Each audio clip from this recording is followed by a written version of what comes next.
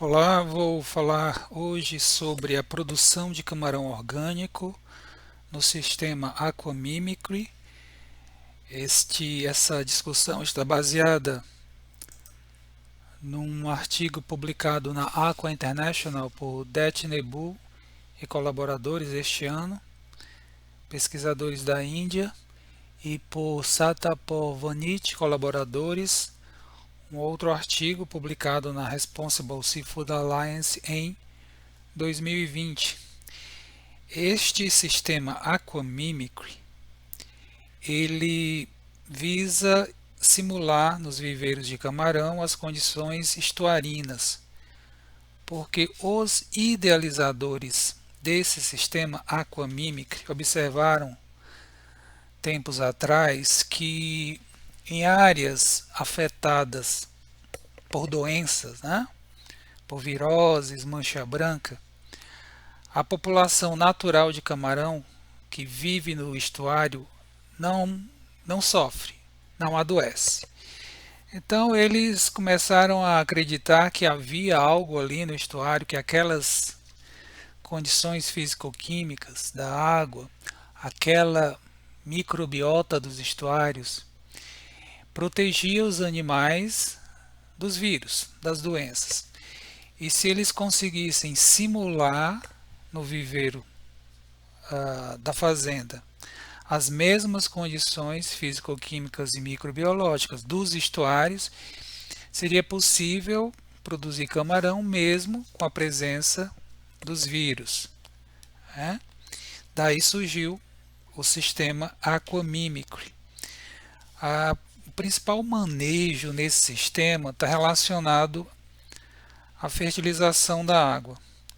É uma fertilização orgânica na qual se aplica uma fonte de matéria orgânica, geralmente farelo de arroz e farelo de trigo, principalmente o farelo de arroz, isoladamente ou em mistura com o farelo de trigo. Agora eles são fermentados, eles passam por um processo de fermentação para desenvolverem uma comunidade microbiana probiótica nesse material. De tal forma que a gente tem aí as características básicas do bocashi, que é um adubo vivo. Você tem farelos vegetais fermentados, que nesse processo fermentativo você fez a inoculação dessas bactérias probióticas, bacilos, que vão criar aí um produto simbiótico. Você tem tanto o pré como o probiótico. Então vão ser feitas aplicações regulares desse bocashi na água, com o objetivo de estimular blooms de zooplâncton, particularmente de copépodos, porque os copépodos eles um tipo de alimento natural de alto valor biológico para os camarões. Então, os estuários, as águas dos estuários são ricas em copépodos. Os camarões que se nutrem, que se alimentam desses copépodos, são animais saudáveis, bem nutridos. Então, se faz essa fertilização com o bocashi, buscando-se uma transparência da água entre 30 a 40 centímetros de leitura de SEC. A dose padrão de aplicação do bocashi é 2 a 4 gramas por metro cúbico. 2 a 4 gramas por metro cúbico.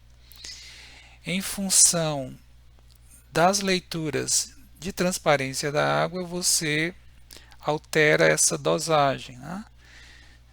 Você mantém as aplicações, se a transparência estiver dentro da faixa ideal, 30 a 40 centímetros, reduz ou a quantidade ou diminui a frequência de aplicação do bocashi se a transparência estiver abaixo de 30 centímetros, ou aumenta a quantidade ou a frequência se a transparência da água estiver acima de 40 centímetros. De tal forma que o manejo de aplicação do bocashi ele é variável em função da transparência da água. Então, esse é o grande ponto do sistema Aquamimicry. A fertilização orgânica da água, ela vai estimular o desenvolvimento de alimento natural de alto valor biológico para os camarões, no caso, os copépodos, e ao mesmo tempo essa fertilização promove um biocontrole da qualidade da água, porque esses organismos probióticos eles vão se estabelecer na água, evitando a proliferação e o crescimento de bactérias patogênicas. Então, ao mesmo tempo que se alimenta o camarão, né, o camarão ele poderia se alimentar diretamente do bocashi, mas na verdade o bocashi é apenas aí o adubo que vai estimular os blooms de zooplâncton. Então, ao mesmo tempo que o bocashi ele vai servir como fonte alimentar dos camarões de modo indireto, ele vai realizar o biocontrole microbiológico, vai aumentar a biossegurança, vai prevenir doenças, porque você vai ter aí uma aplicação de um probiótico a partir da adição do bocashi na água. Os produtores que trabalham com esse sistema Aquamimicry, eles dizem que se pode trabalhar desde o semi-intensivo até o intensivo, só que o modelo que melhor se adaptou ao Aquamimicry foi o sistema semi-intensivo baixo, densidades de estocagem entre 10 a 20 camarões por metro quadrado. Porque nesse sistema existe oferta de ração balanceada, só que em níveis bem menores do que os regulares nos sistemas semi-intensivos ou intensivos regulares. Você vai fornecer metade ou menos da metade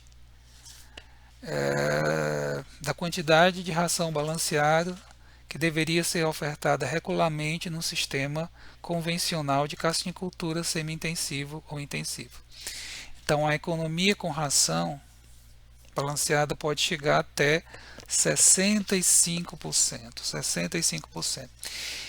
Então, pode-se trabalhar com sistemas um pouco mais intensivos, mas como a nutrição do camarão é baseada muito no alimento natural, na densidade de copépodos, a densidade de estocagem do camarão que melhor está adaptada, né, ou melhor se casa a essa oferta alimentar natural é o semi-intensivo baixo, 10 a 20 camarões. Se a densidade é 10 camarões por metro quadrado ou menos, não há necessidade de maiores manejos da qualidade da água. O sistema ele se autodepura, ele se autorregula quanto à qualidade da água. Agora, se aproxima de 20 camarões por metro quadrado ou acima de 20 camarões por metro quadrado, é necessário fazer um tratamento da água. A ideia do sistema Aquamimicry é recircular a água, drena a água, passa primeiro por um tanque de sedimentação para remoção do material particulado mais grosseiro. Essa água já mais limpa, mais clara, ela é levada para um biofiltro, só que é um biofiltro diferente. Você vai ter tilápias que se alimentam do alimento natural que vai surgir a partir dos fosfatos, amônia e nitratos presentes nessa água. Então a tilápia ela vai continuar o processo de tratamento, purificação da água, um tratamento biológico. Aí essa água sai do biofiltro e retorna para os tanques ou viveiros de produção nesse sistema Aquamimicry. Quais são as vantagens desse sistema? Primeiro, redução significativa nos custos de produção, falando aqui na menor oferta de rações balanceadas, porque você vai trabalhar muito em cima do alimento natural. Segundo, a maior biossegurança, porque com as aplicações regulares do bocashi, você está fazendo a adição sistemática de probióticos que vão realizar o biocontrole da qualidade da água, vão prevenir a proliferação de bactérias patogênicas. Como nesse sistema não se usa nenhum tipo de fertilizante mineral ou qualquer outro produto químico, né, baseado em adubação orgânica, probióticos, é um sistema mais natural, tanto que é baseado na oferta de alimento natural, copépodos, se pode comercializar esse camarão como camarão orgânico. O interessante aqui seria entrar em contato com alguma empresa ou órgão certificador para se ter o selo do camarão orgânico e com isso obter uma comercialização diferenciada. Foi feito um trabalho na Tailândia que teve como principal objetivo comparar a microbiota ambiental, água, sedimentos do viveiro, com a microbiota intestinal do camarão, isso no sistema Aquamimicry. A hipótese experimental era a seguinte, que a microbiota intestinal ela seria semelhante à microbiota intestinal, ou seja, o que se encontrasse na água e nos sedimentos do viveiro se encontraria os principais gêneros de bactérias também no intestino do camarão. Porque a ideia aqui é exatamente essa, se você consegue manejar a microbiota ambiental, você estaria indiretamente manejando a microbiota intestinal. Se você consegue manejar a microbiota ambiental no sentido de ter mais bactérias probióticas, você também teria mais bactérias probióticas no intestino do camarão. Aí nós temos aqui